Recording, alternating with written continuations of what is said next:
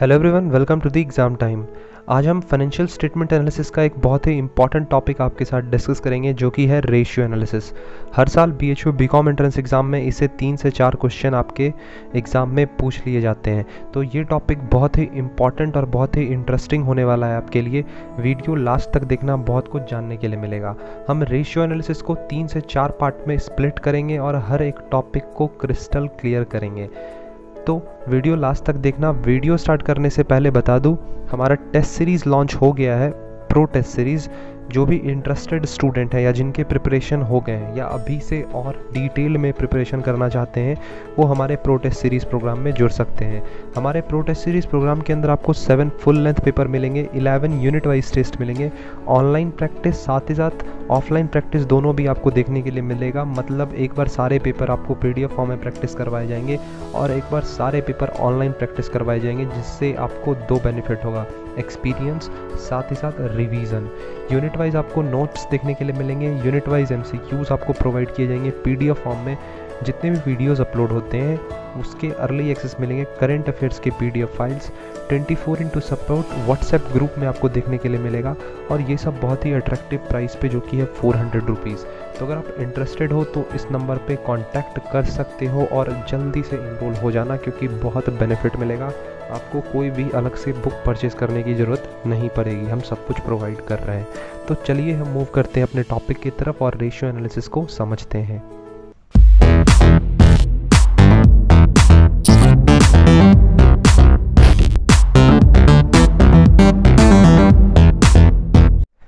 तो सबसे पहले हम समझेंगे कि रेशियो का मतलब क्या होता है।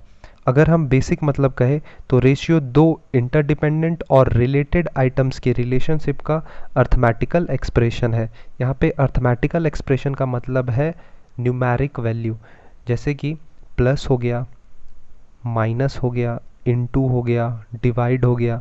ये सब क्या है? आपके न्यूमेरिकल वैल्यू। तो रेशियो कुछ नहीं है, जस्ट एक रिलेशनशिप है 2 इंटरडिपेंडेंट और रिलेटेड आइटम्स का। अब अकाउंटिंग रेशियो का मतलब हम कहें तो क्या है?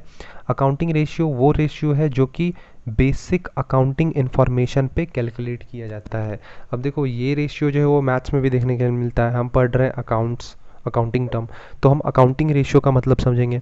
तो अकाउंटिंग रेशियो वो रेशियो है जिसे हम अकाउंटिंग इन्फॉर्मेशन के बेसिस पे कैलकुलेट करते हैं। हमारे पास जो भी फाइनेंशियल रिपोर्ट्स रहते हैं या स्टेटमेंट ऑफ P&L वगैरह रहते हैं, उन सब के बेसिस पे हम जो रेशियो कैलकुलेट करते हैं वो हमारा क्या होता है?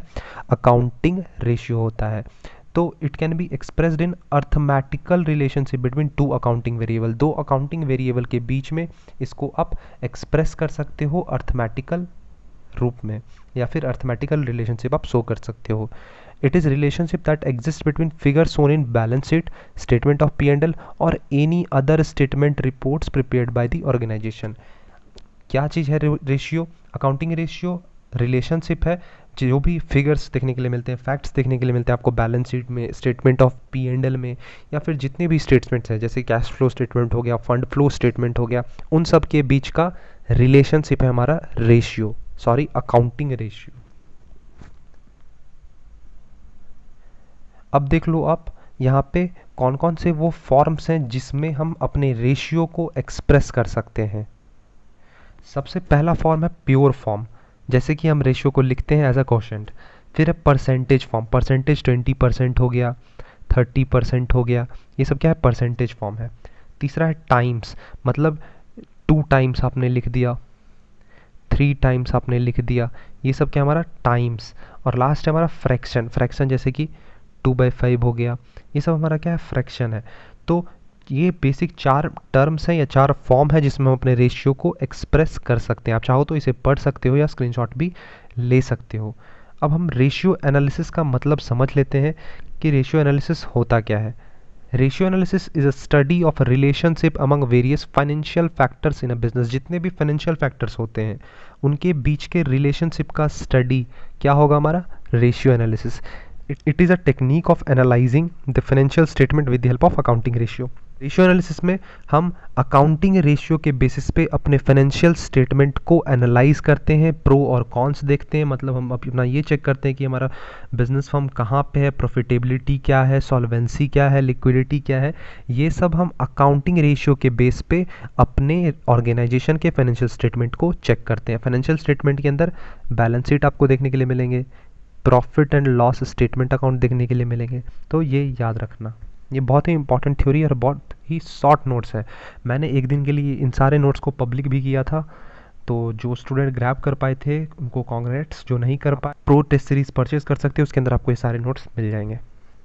देखो, it is a process of determining and interpreting relationship between items of financial statement to provide a meaningful understanding of the financial performance and position of enterprise. वही है जो मैंने बताया कि आप रेशियो एनालिसिस के थ्रू अपने बिजनेस फर्म के परफॉर्मेंस को चेक कर सकते हो, अपने फाइनेंशियल पोजीशन को देख सकते हो कि आप अभी कहाँ पे हो।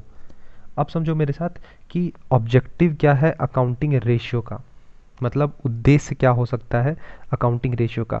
It simplify understanding the financial information presented in the financial statement. देखो, जो भी मैं आगे बता रहा हूँ वही सब कुछ नीचे फिर से आ रहा है। फाइनेंशियल स्टेटमेंट क्या होता है? बैलेंस शीट और P&L। उसमें जो भी फाइनेंशियल इंफॉर्मेशन रहते हैं उनको हम बहुत ही आसान भाषा में, या कहे तो आसान तरीके से हम समझ पाते हैं रेशियो एनालिसिस के थ्रू। ठीक है। It helps in determining short term and long term solvency of the business. Ratio analysis हमें मदद करता है हमारे जितने भी शॉर्ट टर्म और लॉन्ग टर्म सॉल्वेंसी रहते हैं उनको मीट आउट करने में। It help in assessing the operating efficiency. Business के ऑपरेटिंग एफिशिएंसी को भी चेक करने में रेशियो एनालिसिस मदद करता है। It analyse profitability of the business. ये आपके बिजनेस के प्रॉफिटेबिलिटी रेशियो को भी बताएगा। लास्ट है, it help in comparative analysis. Comparative statement मेरे साथ पढ़े थे आपने, तो कंपैरेटिव एनालिसिस में भी ये आपको हेल्प करेगा इंट्रा फर्म और इंटर फर्म कंपैरिजन के बीच में। देखो, इंट्रा फर्म और इंटर फर्म क्या है इसे अगर समझना है तो previous video financial statement analysis का चेक करो, आपको समझ आ जाएगा। आई होप आपको इतना क्लियर हुआ हो।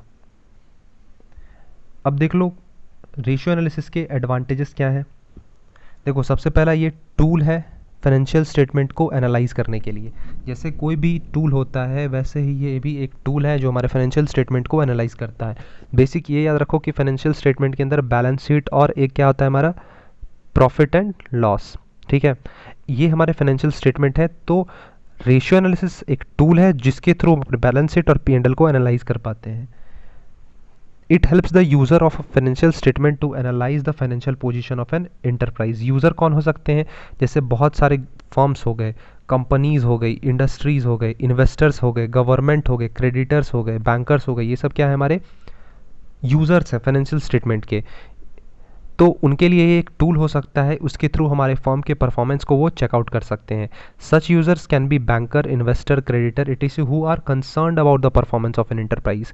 वो हमारे एंटरप्राइज के परफॉर्मेंस को लेकर चिंतित रहते हैं, वो इसलिए चेक करना चाहते हैं क्योंकि वो कहीं ना कहीं इन्वेस्ट करते हैं हमारे फर्म में। अब देखो, किसी भी फर्म का पोजीशन अच्छा नहीं होगा तो कोई भी इन्वेस्टर उसमें इन्वेस्ट करेगा। ठीक है, बैंकर के प्रोस्पेक्टिव से देखते हैं, अगर आपका पोजीशन अच्छा नहीं है तो कोई भी बैंक आपको लोन देगा नहीं। तो बस वही यहाँ पे बताया गया है। नेक्स्ट है simplify accounting data. Accounting data को कॉम्प्लेक्स लैंग्वेज से ये कन्वर्ट करता है सिंपल लैंग्वेज में। ठीक है, it simplifies understanding of accounting information presented in the financial statement. Financial statement पे जितने भी अकाउंटिंग स्टेटमेंट्स दिए हुए हैं, अकाउंटिंग इंफॉर्मेशन दिए हैं, उनको बहुत ही ब्रीफ लैंग्वेज में, बहुत ही ईजी लैंग्वेज में समराइज कर देता है, जिससे क्या होता है हम अपने डेटा को ईजिली एक्सेस कर पाते हैं। Assessment of operating efficiency of a business. हमारे बिजनेस के ऑपरेटिंग एफिशिएंसी को भी ये कहीं ना कहीं डिटरमाइन करता है और साथ ही साथ ये इवेल्युएट करता है हमारे बिजनेस का लिक्विडिटी, सॉल्वेंसी, प्रॉफिटेबिलिटी किसी भी एंटरप्राइज का। तो एडवांटेज हमने डिस्कस कर लिया, अब नेक्स्ट देख लेते हैं हम। नेक्स्ट है असिस्ट इन फॉरकास्टिंग। ये भी हमारा एडवांटेज ही है।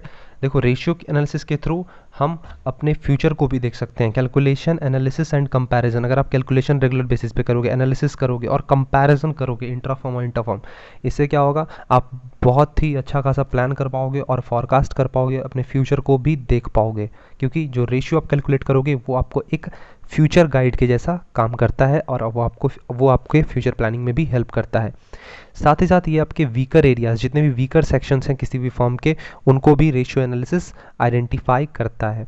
फैसिलिटेट इंटरफर्म और इंट्राफर्म कंपैरिजन, ये आपको इंटरफर्म और इंट्राफर्म कंपैरिजन को भी बताता है। जैसे कि यहाँ बताया गया है, when a firm compares it performance with that of the other firms और with industry standard is general. जब कोई एक फर्म अपने परफॉर्मेंस को वैसे अदर फर्म्स के साथ या वैसे इंडस्ट्री के साथ कंपेयर करता है जो कि स्टैंडर्ड हो, जनरल हो, वो क्या होगा, इंटर फर्म हमारा कंपैरिजन होगा। फिर या फिर जिसे आप क्रॉस सेक्शनल एनालिसिस भी बोलते हो। On the other hand, if the performance of different unit is belonging to the same firm, अलग अलग वेरियस यूनिट्स हैं लेकिन सब एक ही फर्म से बिलोंग करते हैं, तो उसको हम क्या बोलेंगे, इंट्रा फर्म कंपैरिजन। मैंने लास्ट वीडियो में बताया था, अगर नहीं देखा है तो अभी अच्छे से देख लो। तो अकाउंटिंग रेशियो ये दो कंपैरिजन करने में बहुत ही अच्छे तरीके से हेल्प करता है। अब कुछ लिमिटेशंस देख लो रेशियो एनालिसिस के। सबसे पहला, reliability of resources. Since ratio are calculated based on the financial information, if the information available is not correct, ratios are calculated such using information will also be incorrect. देखो, अगर आपके financial statement का information गलत रहेगा तो कहीं ना कहीं आप जो रेशियो कैलकुलेट करोगे वो भी गलत निकल कर आएगा। अगर कहीं पे कोई भी आंसर ही गलत, बेसिस ही गलत दिया हुआ है, तो अगर आप उसे चेक करोगे तो भी वो आंसर भी क्या होगा, गलत ही निकल कर आएगा। तो रेशियो भी वही है, रिलेबल हम नहीं इसे ले सकते हैं। नेक्स्ट है इसमें ओनली क्वांटिटेटिव फैक्टर्स कंसीडर्ड। यहाँ पे सिर्फ हम क्वांटिटेटिव फैक्टर को कंसीडर कर पाते हैं। अब देखो, यहाँ पे क्वांटिटेटिव का मतलब है कि जिससे हम मॉनेटरी टर्म में एक्सप्रेस करें या फिर मनी के टर्म में हम एक्सप्रेस कर पाते हो। और क्वालिटेटिव क्या होता है, जैसे किसी भी चीज़ का स्टैंडर्ड हो, ठीक है। तो यहाँ पे रेशियो एनालिसिस सिर्फ क्वांटिटेटिव फैक्टर्स को एनालाइज कर पाता है। तो calculation of ratio takes into consideration only quantitative factors and all the related qualitative factors are ignored. तो ये भी पॉइंट नोट कर लेना कि जितने भी क्वालिटेटिव फैक्टर्स होते हैं वो रेशियो एनालिसिस इग्नोर कर देता है, जो कि किसी भी फर्म के लिए फ्यूचर में इंपॉर्टेंट हो सकते हैं। नेक्स्ट है no standard ratio. In order to determine whether a ratio is favourable और adverse, there should be a standard with which the ratio can be compared, however there is a no single standard.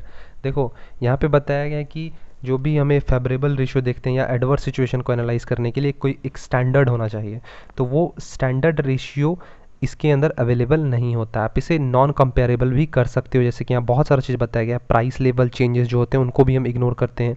एक point यहाँ पे देखो मेरे साथ, जो कि है विंडो ड्रेसिंग। इंपॉर्टेंट है, बहुत बार सुने होंगे। देखो, विंडो ड्रेसिंग का अगर बेसिक मतलब बताऊँ तो इसका बेसिक मतलब होता है कोई भी सामने से कैसा दिखता है और अंदर से कैसा है। मतलब वो सामने से तो दिखने में बहुत ही अच्छा है लेकिन उसकी इनर स्टेट जो है वो बहुत ही ब्लैंक है, अच्छा खासा नहीं है। वैसे ही फाइनेंशियल स्टेटमेंट जो हमारा होता है या किसी भी फर्म का फाइनेंशियल स्टेटमेंट होता है वो सामने से तो बहुत ही अच्छा दिखता है, मतलब परफेक्ट दिखता है, लेकिन अंदर से उसके अंदर बहुत सारी प्रॉब्लम भी हमें देखने के लिए मिल सकती हैं फ्यूचर में। तो विंडो ड्रेसिंग बस वही है। If the accounts are manipulated in order to window dress the financial performance and position of the business, the information available for compounding ratio will be not accurate। अगर मतलब अगर अंदर का इंफॉर्मेशन ही correct नहीं रहेगा तो आप कितने भी रेशियो एनालिसिस कर लो, जो भी आंसर निकल कर आएगा वो क्या होगा, आपका गलत ही होगा। ठीक है, तो ये बेसिक कुछ इंपॉर्टेंट लिमिटेशंस थे आपके रेशियो एनालिसिस के। एक और टॉपिक अभी आपके साथ डिस्कस कर लेता हूँ, जो कि है टाइप्स ऑफ रेशियो। देखो, टाइप्स ऑफ रेशियो इंपॉर्टेंट है, इसे हम नेक्स्ट वीडियो में भी डिस्कस करेंगे, लेकिन अभी इसका इंट्रो देख लेते हैं। देखो, रेशियो को बेसिकली 4 से 5 पार्ट में कैटेगराइज किया गया है। हम एक एक करके सब रेशियो को डिस्कस करेंगे। सबसे पहला लिक्विडिटी, जिसे हम शॉर्ट टर्म सॉल्वेंसी भी बोलते हैं। ये रेशियो किसी भी फर्म के एबिलिटी को दर्शाता है कि क्या वो अपने शॉर्ट टर्म फाइनेंशियल रिक्वायरमेंट को या शॉर्ट टर्म ऑब्लिगेशंस को मीट आउट कर पा रहा है या नहीं कर पा रहा है।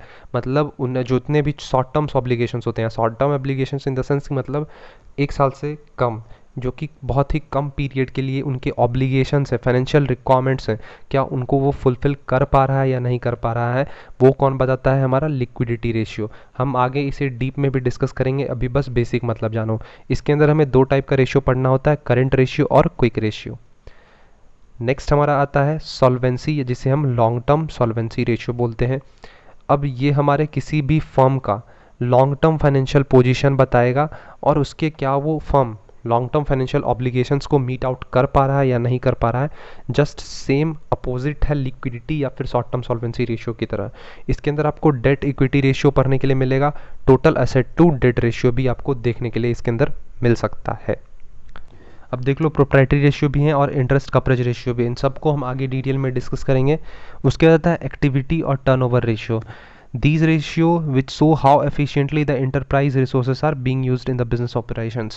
एक्टिविटी या टर्नओवर रेशियो नाम से ही समझो कि कैसे कोई एक फर्म अपने रिसोर्सेज को प्रॉपरली यूटिलाइज कर पा रहा है या नहीं कर पा रहा है, उसका सफिशिएंट एफिशिएंट यूटिलाइजेशन कर पा रहा है या नहीं कर पा रहा है, वो कौन बताता है? हमारा एक्टिविटी या फिर जिसे हम टर्नओवर रेशियो भी बोलते हैं। इसके अंदर आपको इन्वेंट्री टर्नओवर रेशियो देखने के लिए मिलेगा, trade receivable turn ratio, trade payable turnover ratio और working capital turnover ratio.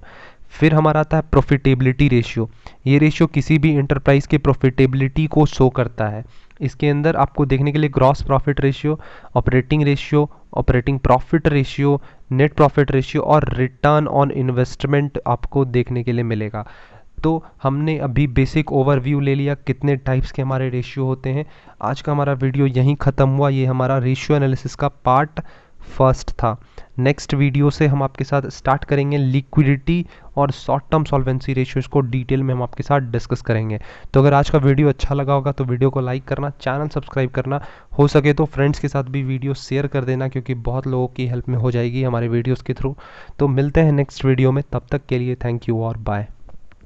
No fear, I'm standing right here, eyes peer with my mind clear, never look rear, only up, never down, look around till I'm found, hear the sound, listen.